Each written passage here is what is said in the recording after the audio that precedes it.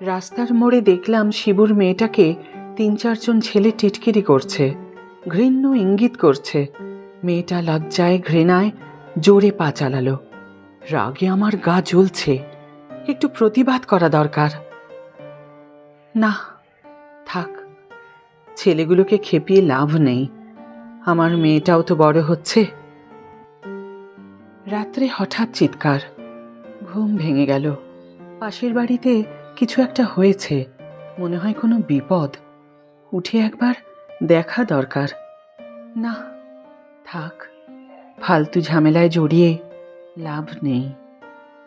লোকটা বাজার করতে করতে ধপ করে পড়ে গেল। ভিড় জমে গেছে, মনে হয় স্ট্রোক। ওহ, যা গরম পড়েছে। ওর বাড়িটা খুঁজে খবর দেওয়া দরকার। একটা ডাক্তারের ব্যবস্থা। না, থাক, আমার অফিসের লেট হয়ে যাবে, কেউ না কেউ ঠিক ব্যবস্থা করবে।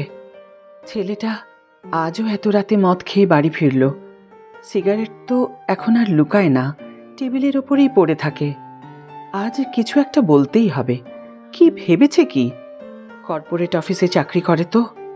বউ বলল, না থাক, তোমার তো খুব মুরদ, ওর পয়সাতেই তো খাচ্ছ, বাড়ি থেকে বের করে দিলে কি করবে? আরে, এ তো আমার বাড়ি। ওসব ভুলে যাও, চুপ করে শুয়ে থাকো, আর তো কটা দিন বলছো। তবে থাকি, আর যে কটা দিন বাকি, মুখটা বুজে চুপটি করেই থাকি।